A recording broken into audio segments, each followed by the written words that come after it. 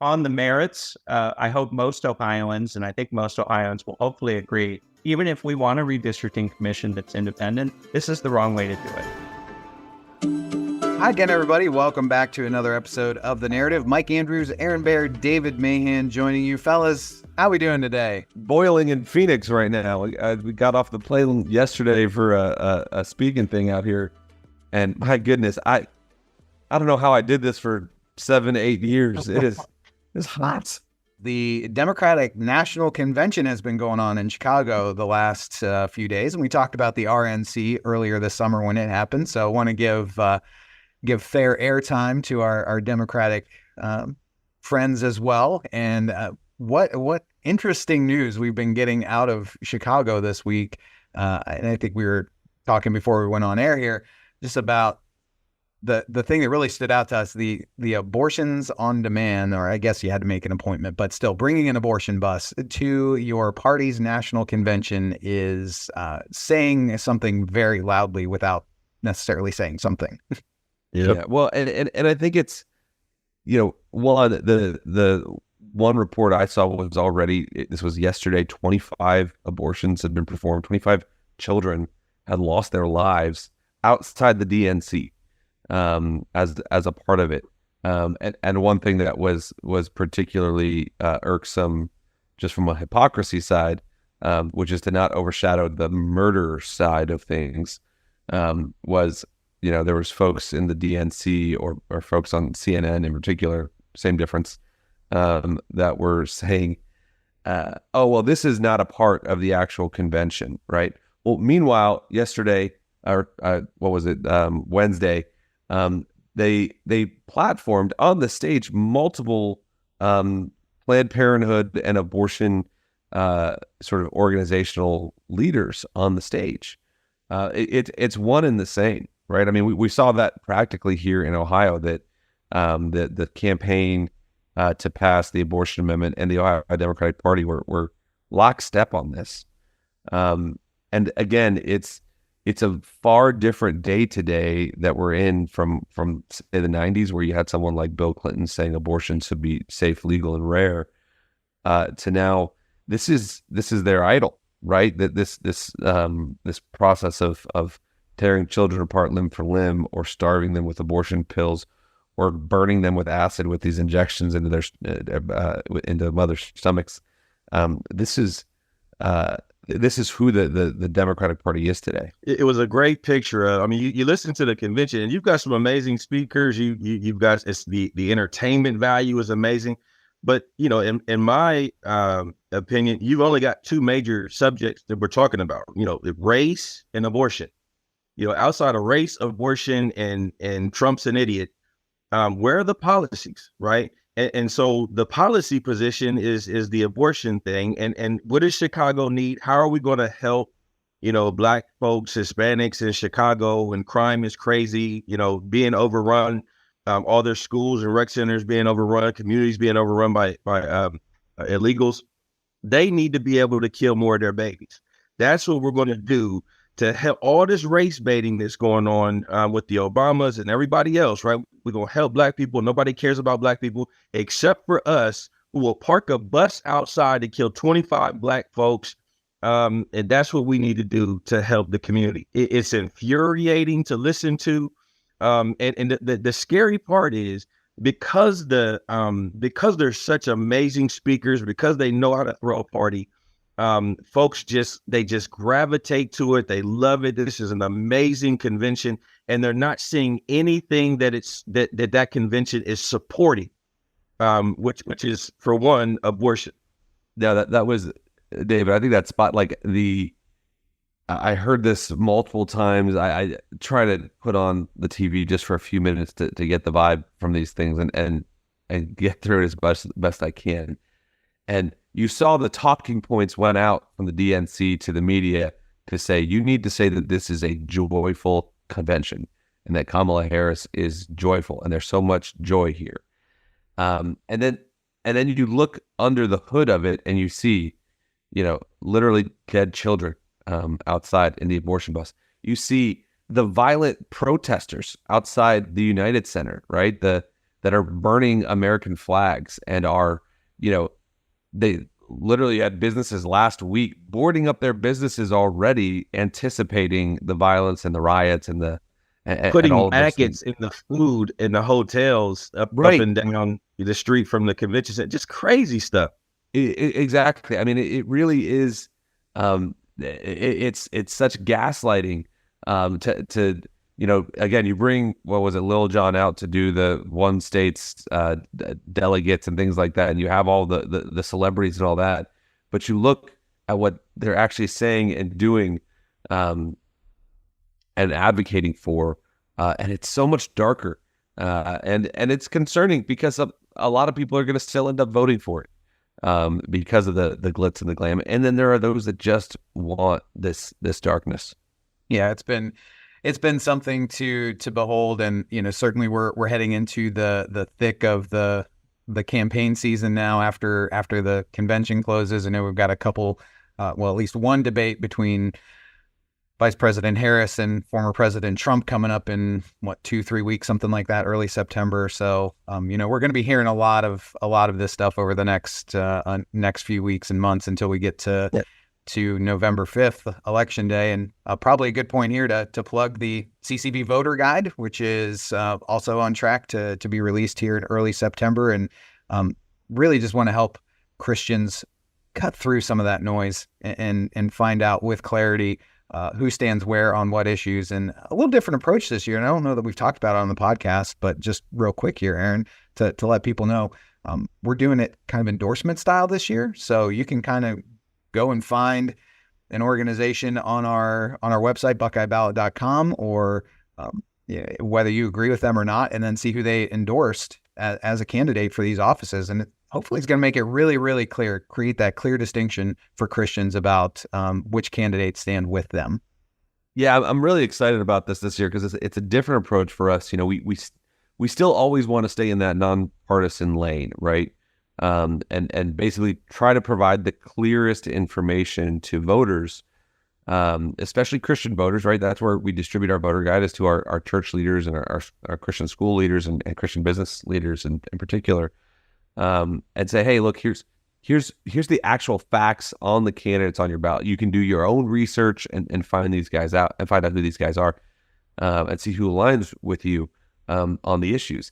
And so the way we've done that, going back probably 20 years in many ways, is we do a candidate survey typically, right? And it's a nonpartisan survey. We take 10 different issues. We send it out to candidates and ask them to respond. The reality is, with where elections are going today, in some place we have more information than we ever have, but we also have less quality information than we've ever had.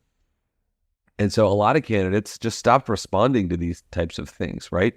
And so what we did at CCV over the last 2 elections is we said, okay, we're going to do our best to try to go research answers for them, look at their public statements, look at their voting record, look at their activities, things like that, and try to answer the question for them and be able to document, right? Anytime we'd say, this person says, yes, they do support taxpayer-funded abortions, or this person says, yes, they would vote for the Green New Deal.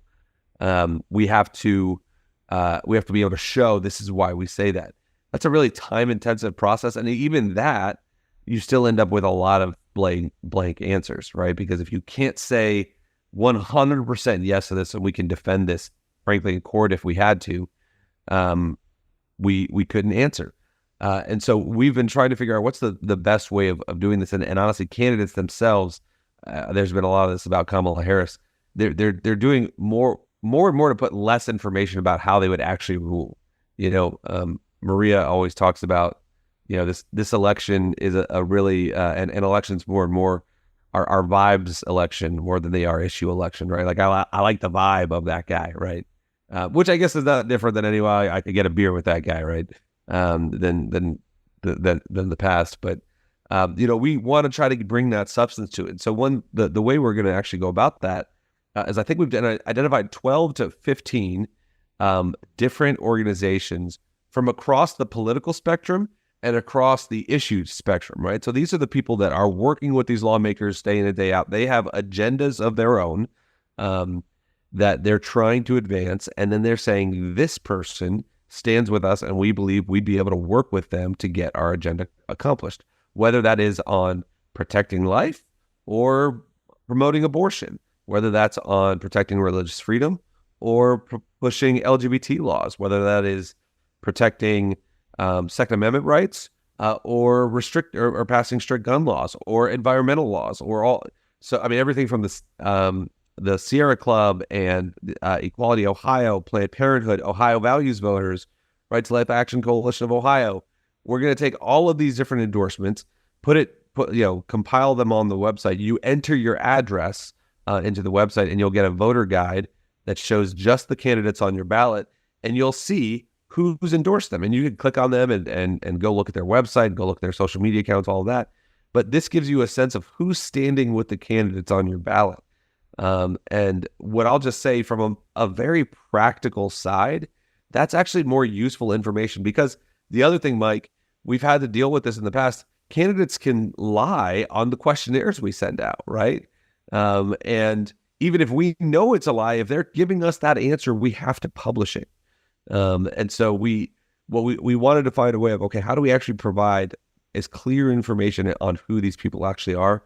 And I'm pretty excited about this. I think this is going to be maybe our most effective election resource we've ever released. And it's all nonpartisan, 501c3. Yeah. And to your point about it being nonpartisan, with these endorsements, somebody who's more left-leaning could easily come to our website or our resources and say, I want to support the candidate that Planned Parenthood has backed, and they'll be able to get that information there. Now, that's going to be a deterrent for pro-lifers, but no matter which way you're approaching an issue, you're going to get a very clear answer through BuckeyeBallot.com. And it is truly going to be a great resource over these next couple months for people to check out. That's exactly. It's not like we're not putting our thumb on the scale and saying, here's the good one, here's the bad one. And in fact, we're reporting a broad swath of organizations, so and compiling it all in one place, so folks can look for themselves and feel good about walking into that ballot box. With elections, it's not only candidates, there are also issues that are involved. And there's a big one coming up in Ohio, Issue 1. And we're going to talk with State Senator Rob McColley about some of the issues around Issue 1. It's a redistricting amendment that would fundamentally change how we draw those legislative districts in the state of Ohio. Great conversation. I think, folks, this is going to be one of those, like our podcast last year, that helped unpack the statewide issues. You're going to get a lot out of this, a deeper understanding, and you're going to want to share it widely with friends.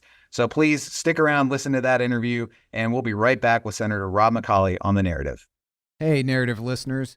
Christians in the marketplace today face more unique and challenging threats than ever before.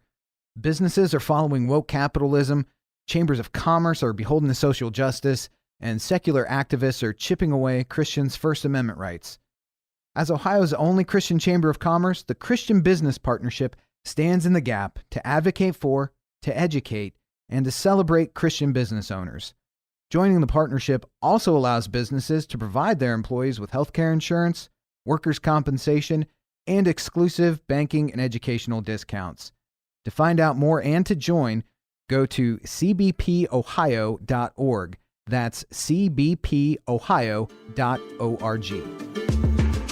Welcome back to The Narrative. Mike, Aaron, and David, joined now by State Senator Rob McColley, who represents the 1st Senate District, which includes Defiance, Hancock, Hardin, Henry Fulton, Paulding, Putnam, Van Wert, and Williams counties, as well as part of Logan County. He was elected by his Senate colleagues to serve as the Senate Majority Floor Leader for the 135th General Assembly. Prior to being appointed to the Senate in 2017, he represented the 81st Ohio District as a state representative, where he also served in House leadership as Assistant Majority Whip. McColley graduated from The Ohio State University, then attended the University of Toledo College of Law, and graduated with a Juris Doctorate in 2010. Senator McColley lives in Napoleon with his wife, their daughter, and their twin boys, and it is great to welcome you to The Narrative today, Senator. Thanks for your time. Thanks. Happy to be here, Mike. Well, as we look at the upcoming election, we've got this statewide issue. We had a couple of issue ones last year. This is a totally different issue one that's on the ballot this year, and would love to just hear you explain a little bit the intent behind issue one and what this would actually do as people get set to cast their ballots in November. Sure. And thank you for the opportunity today. The intent really, when it comes down to it, is to inscribe gerrymandering into the Constitution of the state of Ohio at the expense of the rest of Ohio. And I think really just a plain reading of the language of issue one, and also a plain examination of who is backing this issue, will reveal all of this to be true. To go into a little bit of detail, issue one basically has several parts. One of them is an extremely convoluted and lengthy process as to how somebody would even get put on the independent commission. There really is no accountability or no way to really even challenge in a court of law somebody's inclusion on the commission and whether they were eligible or not. The only way they can even really be removed is by their fellow commissioners, which is a concerning trait in and of itself. But going a little bit deeper, I believe if we were to ask all of us who are on this podcast or all the listeners out there, we said, go ahead and define gerrymandering for us. There would be a variety of definitions, but there would be two common traits of the definition of gerrymandering that would continue to show up in everybody's responses. One would be primarily drawing districts to favor one party over the other. The other would be unnecessarily splitting up communities, cities, villages, counties, and other areas in non-compact districts, primarily to benefit one party over the other. That would be a universal understanding generally that most people, probably well over 90% of the people, would agree is textbook gerrymandering. This language calls for that. And let me explain why. So when you go to section 6B of the language regarding in this proposed constitutional amendment, it in essence says that the only primary consideration when these districts are being drawn is to draw them to favor one party or the other in order to achieve a political ratio of representation in the state of Ohio. Also known as every single district is going to have to be drawn with the end political outcome in mind as the primary objective for drawing that district. That is not something that goes outside the definition of gerrymandering. That is textbook gerrymandering. When you are drawing districts with the primary concern of who is going to win that district at the end of the election. So that's number one. That's in 6B. 6C says a number of secondary considerations that shall not trump the primary consideration of drawing districts primarily to favor one political party or the other. And it goes into a variety of things. This is where you see a vague reference to not splitting certain communities, although there are no community split protections as we currently have in our Constitution. It doesn't mention compactness at all. And so there's no compactness requirements of these districts, probably intentionally, and we'll get to that in a little bit, because they realize the only way they're going to get to this ratio that they're trying to reach for representation in the state of Ohio is if they draw a number of non-compact districts that go straight from the urban core of many cities across the state and drag those heavily blue Democrat precincts that are going to tip the scales in favor of a Democrat district, drag those areas out into the suburbs and into the exurbs of many of these urban areas. That's the only way, looking at Ohio's map, for them to maximize Democrat districts across the state. And the reason for this, and you could probably find a map, it was commonly referred to in the dissenting opinions by the Ohio Supreme Court and the redistricting jurisprudence that over the last several years. But these maps, if you looked at a map of the state of Ohio and you said, look, we're going to color code all of the precincts across the state of Ohio. We're going to color code Republican precincts red. The deepest, the most Republican precincts will be a deep red. We're going to color code the Democrat precincts blue. The most Democrat precincts will be in deep blue. Okay.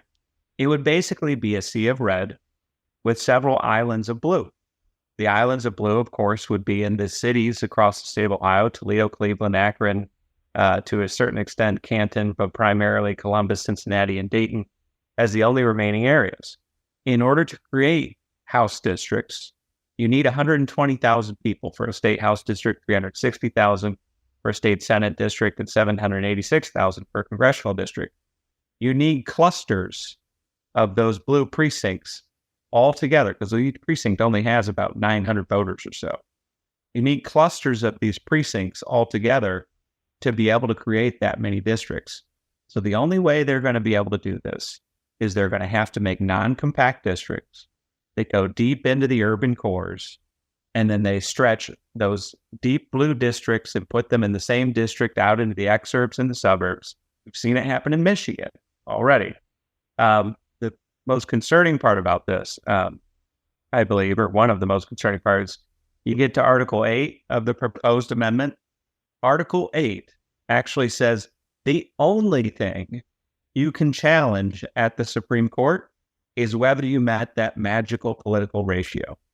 You cannot challenge whether a district has too much or too little population. You cannot challenge whether a district is compact, because of course compactness isn't even in the amendment.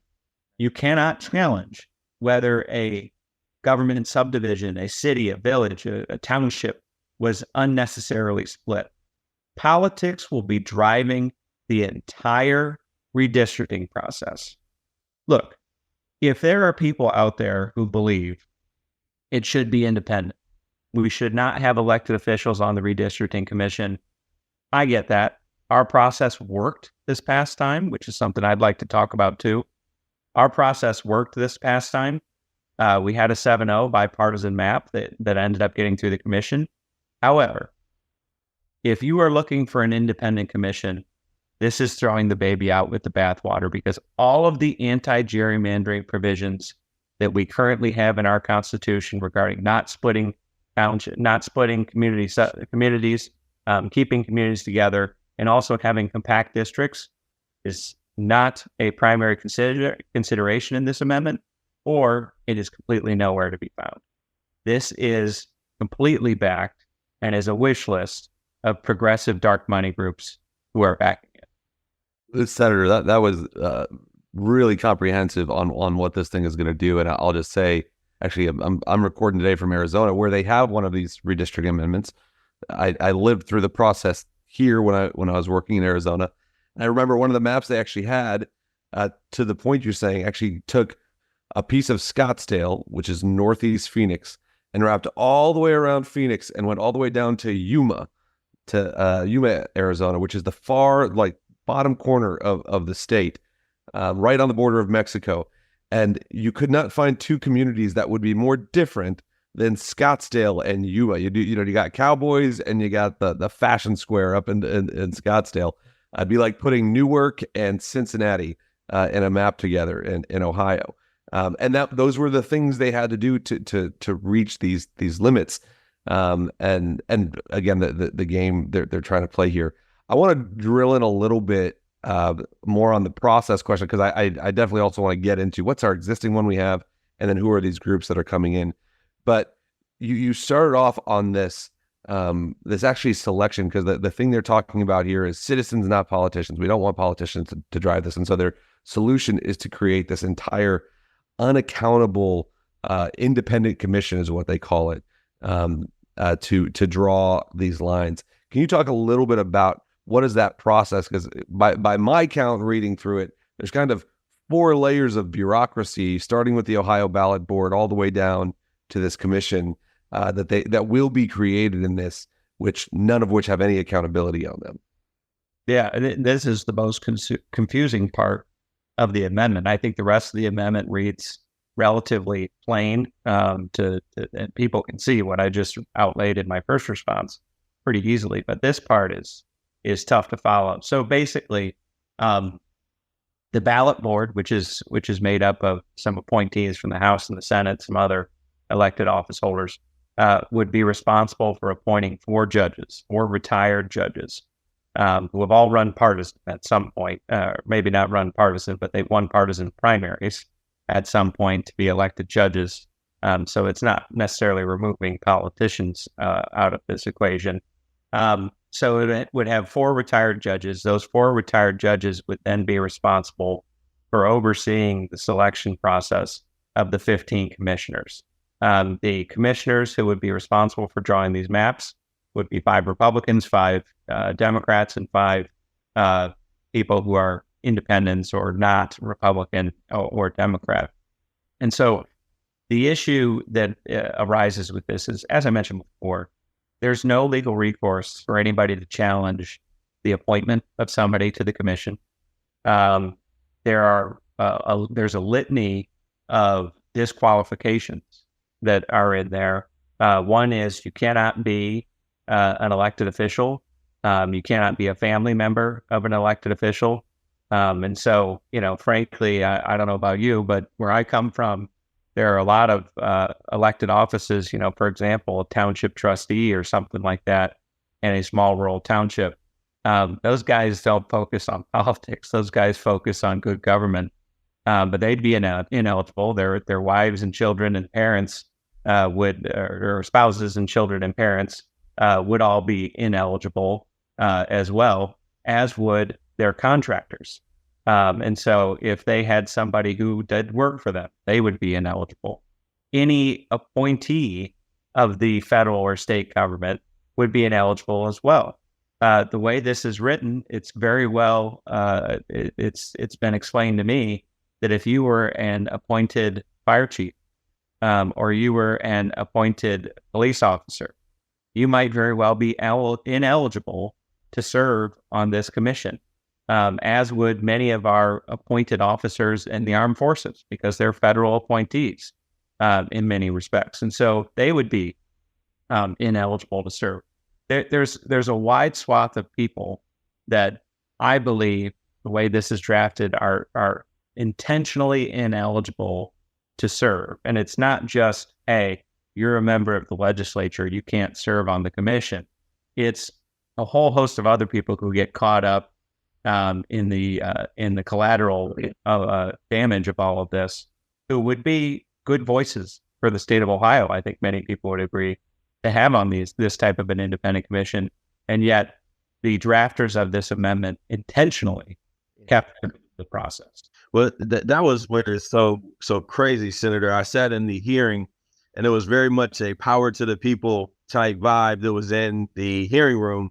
But then when they started breaking down, they said, well, there's no accountability to the people for all these appointees. And they said, well, no, there's going to be several hearings, right? There's going to be 5 hearings, and public comment will take place. Well, there's no outline of what the parameters of public, the public hearings are all about. Do you get 2 minutes? Do you get 1 minute to speak? And then it says, if we can't come up with a decision after all of the public hearing, then there's going to be some random process that takes place to where the commission, unaccountable to the people, get to go ahead and decide what's going to happen anyway. And that's a quote random process from the amendment. That's It's ridiculous, because basically if they can't reach 9 out of 15 votes, I believe, what would happen is each member would have an opportunity to propose their own map, and then there would be ranked choice voting on these maps to try and figure out which map wins. And so you might have a map that only 3 of the commission members said was the best map, but through the ranked choice voting process, and that's a whole separate podcast in and of itself, through the ranked choice voting process, other amendments or other proposed maps get eliminated, and then there's some voodoo math that says, oh, well, this is the majoritarian map, this is what everybody supports. It's like, no, only 3 people voted in favor of it.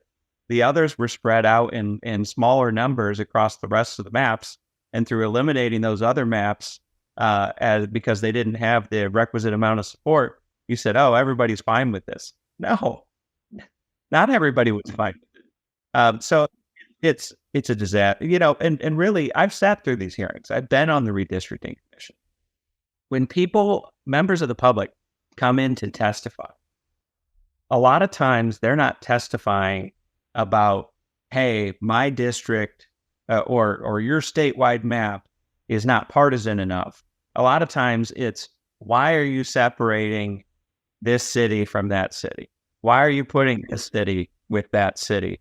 Why are you, this district would be better because these two neighborhoods have more in common? All that other stuff. That's completely irrelevant in the way these maps are being drawn. The only thing people are going to be able to come in and testify to as members of the public is, have you met the magical political ratio through drawing every single district with an election outcome in mind? That's the only primary concern in this entire amendment. And so, they can say that these people are accountable, but really there's, like I said before, you can't even challenge a map. That's one of the things in this as well. Talking about these 15 commissioners that are chosen here, this isn't done like through jury selection, right? Where they just take the entire population and they send out, invitations or demand letters for 5 Republicans, 5 Democrats, and 5 unaffiliated voters.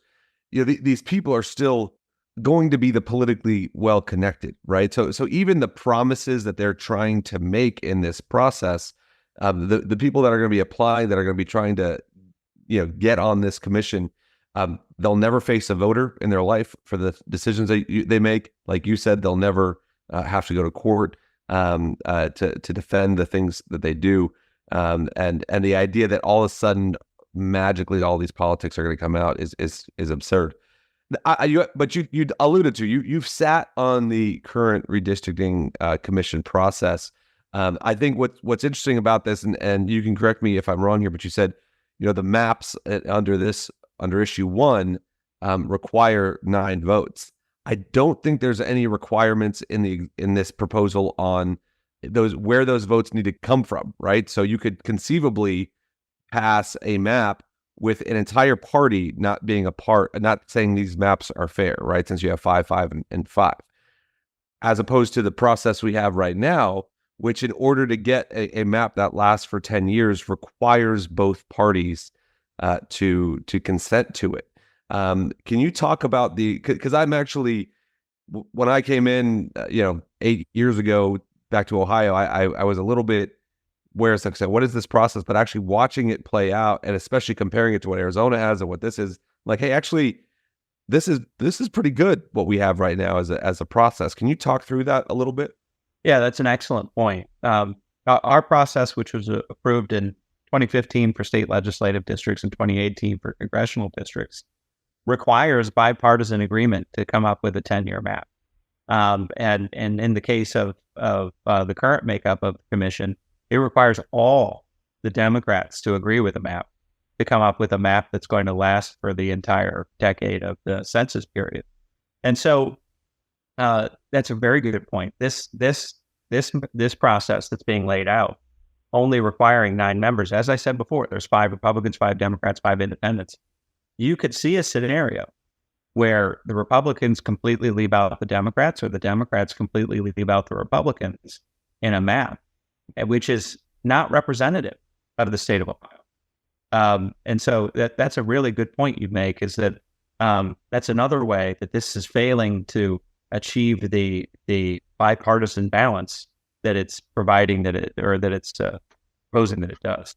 Yeah, and one thing I want to mention real quick here too, Senator, is you've used the phrase political outcomes a few times, and when you hear one side saying that the current makeup of the state legislature is somehow not representative of the state of Ohio, and yet you look at how the statewide office elections have gone the last several years, like, most people in the state of Ohio are voting Republican. You would expect to see a House that reflects that.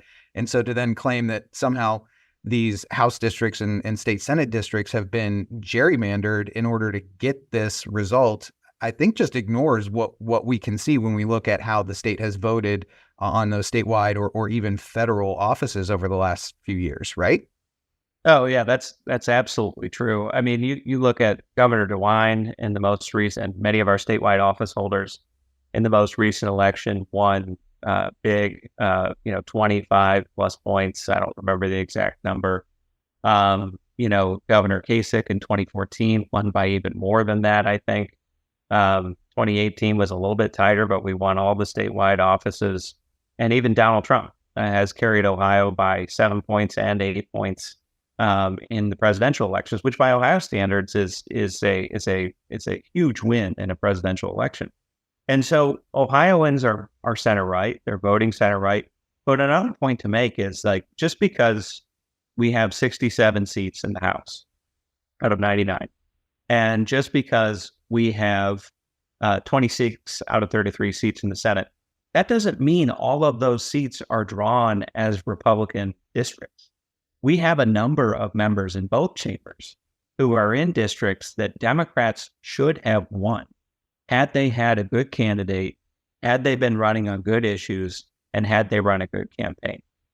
We, more often than not, have good candidates who run on good issues and who run good campaigns. I'm not going to apologize for the fact that we're winning these races over because we have better candidates, campaigns, and issues. That's not our fault. The map is what it is. We're winning in districts we should not be winning in. And so the fact that the Democrats now want to, and these progressive dark money groups now want to rig the system in favor of themselves is troubling. And all Ohioans should ask, do we want progressive dark money groups choosing who our elected officials are, or do we want Ohioans to be choosing who the elected officials are based on the candidates, campaigns, and issues of those elections? Well, you have two examples of that up in your neck of the woods alone. I think of Derek Marin and Josh Williams. Both, I'm pretty sure Derek's state house seat is a majority Democrat. In that, or really close to it. I'm pretty sure it's majority Democrat, and he's very conservative. And he worked his butt and knocked doors and won the seat. Right? I mean, that you can't say these are districts drawn in favor of another of one party or another. Like this would change it too. Absolutely. The list is long and distinguished, as they say. Josh Williams won a district that was held by Democrats. One, Michael Ruley flipped a district that had been held by Democrats since the 50s. Stephanie Coonsey is a prime example of somebody who outperforms the index arguably more than anybody. Tom Patton up in Cuyahoga County outperforms the index. All of those districts were Democrat districts. And despite the fact that Republicans have won those races, it doesn't mean that they're drawn as Republican districts. They're drawn as Democrat districts, and the Democrats cannot beat our candidates, and they don't run on as good of issues. So unless they want us to roll over and play dead, I don't know what else we can do. Senator, you mentioned, the math, right? And then also some dark money issues. Last report I saw was looking at about 60% of all the funding for the current issue one came from out of state, right? Mostly far left organizations. Didn't we just pass a bill that was supposed to fix that problem here in the state of Ohio? It's actually worse than that, David. When you look at the total funding, it's well over 60% came from outside the state of Ohio. So by my analysis, you had about $23 million that was raised in the first 6 months of 2024. And of that $23 million or so, about $22.25 million was raised from dark money groups. Of that dark money, 84% was from outside of Ohio. The majority of it, 39% from DC and 15% from Virginia. So the majority of it from the DC metro area. $8.7 million from Washington, DC, $3.45 million from Virginia, $4.05 million from New York, 18%. Ohioans only checked in for the money I'm talking about at 16%. So, I mean, this is not a grassroots effort of a bunch of people sitting around a kitchen table making phone calls for $50 contributions. This is large dark money groups. 1630 Fund, we'll talk about them in a second. $6 million. Article 4 Foundation, $2.95 million. Our American Future Foundation, $2.45 million. Tides Foundation, $2 million. The list goes on and on.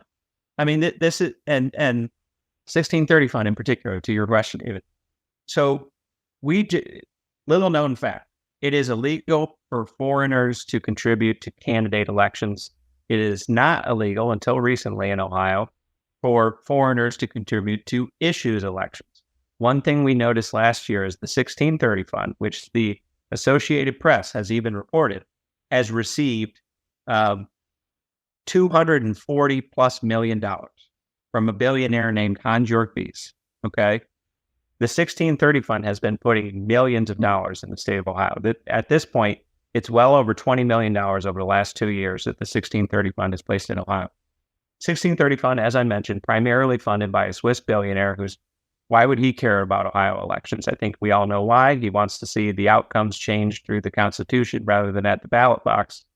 And so we passed a law banning foreign election interference in our issues elections through these types of contributions.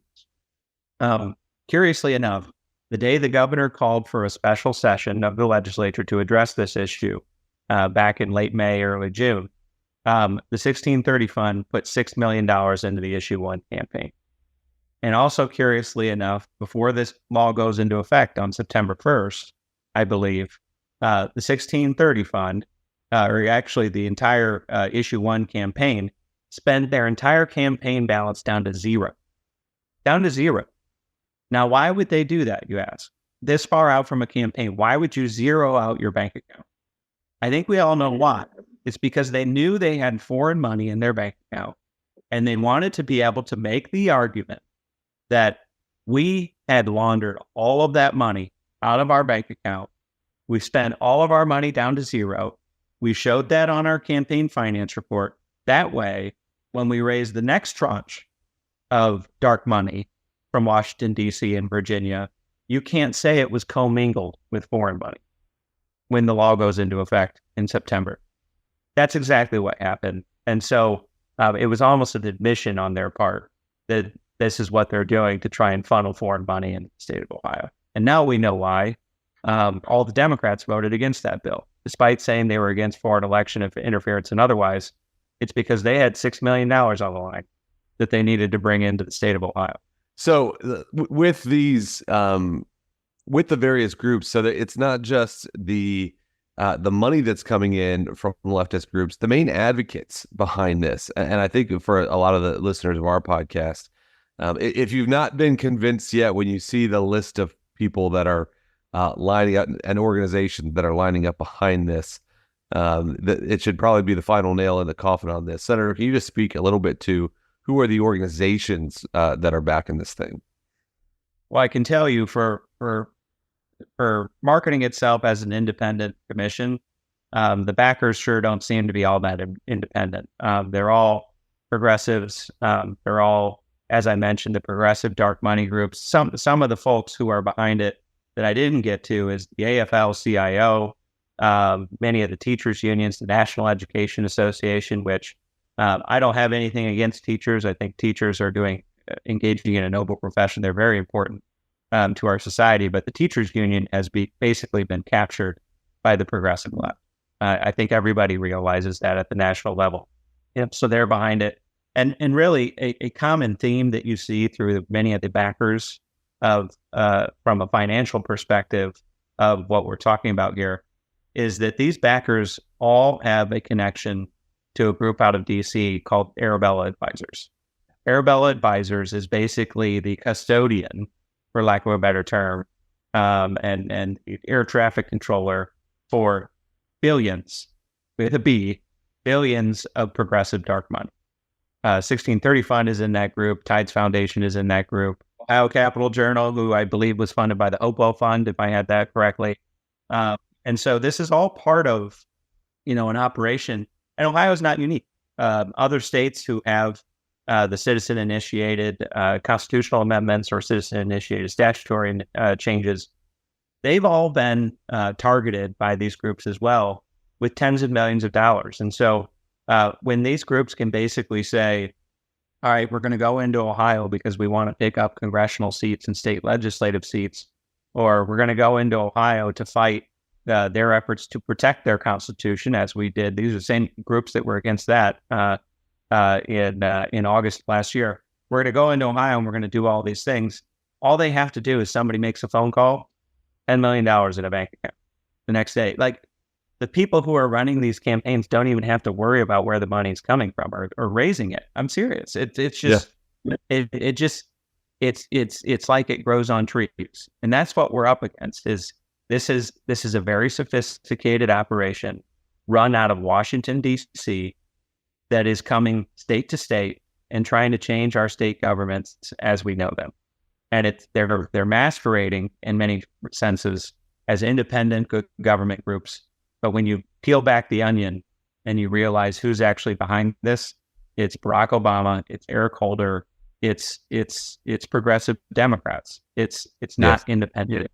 Well, and I'll just say for listeners, this should sound very familiar. We just had a conversation yesterday or last week with author Megan Basham from the Daily Wire, who documented how Open Society Foundation, Arabella Advisors, Hopewell Fund, how they funded evangelical ministries to drive open border policies, sort of leftist agenda in churches, right? All of the BLM stuff, or some of the, love your neighbor, get the vax messaging, all of that was funded through a lot of these same groups, and going to a lot of messengers in the evangelical spaces in particular to drive that. So, Senator, as we start to wind down here, let me just ask: can we beat this? We're going to be throwing everything we can at it at CCV. What's the roadmap? How do we win coming up to November? I do think we can beat this because realistically, it's not hard to point to the provisions of this initiative and point out how they would be problematic. I think, every voter is welcome to go read 6A, 6B, 6C of the proposed text and Article 8 of the proposed text and judge for themselves. To me, as an attorney, as somebody who's read these constitutional amendments, it's very clear to me that they're trying to insulate themselves from any sort of accountability on being partisan gerrymanderers and forcing the hand in many respects. So on the merits, I hope most Ohioans, and I think most Ohioans will hopefully agree, even if we want a redistricting commission that's independent, this is the wrong way to do it. We're getting rid of a lot of anti-gerrymandering provisions that are important to keeping communities together and keeping compact districts. So that's number one. Number two, I think without getting too deep into the limited campaign strategy that I've been privy to, I'm not directly involved in those conversations, but I do think there's an effort ongoing to try and raise money to combat this effort. Obviously, the numbers I talked about, $22 million, $22.25 million in dark money that came in, is daunting. I don't know that we need to go dollar for dollar, but we need to have people who are willing to step up and open their pocketbooks in order to preserve Ohio and in order to preserve some level of accountability and to keep gerrymandering out of the state. And so that effort is ongoing. If anybody out there is willing or wanting to participate, we can get information to Aaron and the crew and CCV as to how you can do that. And we'd be happy to have a conversation with you. And one last thing from me, you mentioned 2015 and 2018 as years that we approved the current process. And I think with what we've seen from the language on the other side that's driving this issue, one is they're like, oh, this is a chance to give this issue to the people, to take it away from the politicians, to give it to the people. But 2015, 2018, those were approved at the ballot box, correct? The current system that we have, voters had a say on and approved the structure that we have in Ohio, correct? Absolutely. And not only was it approved, it was a bipartisan legislative majority that put that up. A system that requires bipartisan buy-in to get a 10-year map. The voters approved that with over 70% of the vote in both 2015 and 2018. And in the most recent redistricting process in 2023, we saw a 7-0 vote out of the bipartisan commission. A unanimous bipartisan commission voted in favor of the maps that are on the ballot for this fall. It worked. The process worked the way the voters wanted it to work. There was bipartisan buy-in, as Aaron mentioned before. There's a bipartisan requirement to get a decade-long map.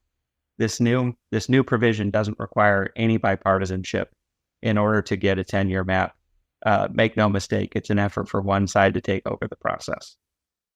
Well, this has been incredibly helpful. I think this will be a clear and concise resource for our listeners and to help people understand what's at stake and what's driving this issue. And Senator McColley, so thankful for your time today and for lending us your experience and expertise around this issue. Thank you. Thanks for the opportunity. Thank you for tuning in to this episode of The Narrative, presented by CCV and produced by Wessler Media. If you found today's episode insightful, leave us a review or rating and subscribe anywhere you get your podcasts. We're your hosts, Mike Andrews, Aaron Baer, and David Mahan, and we'll see you next time on The Narrative.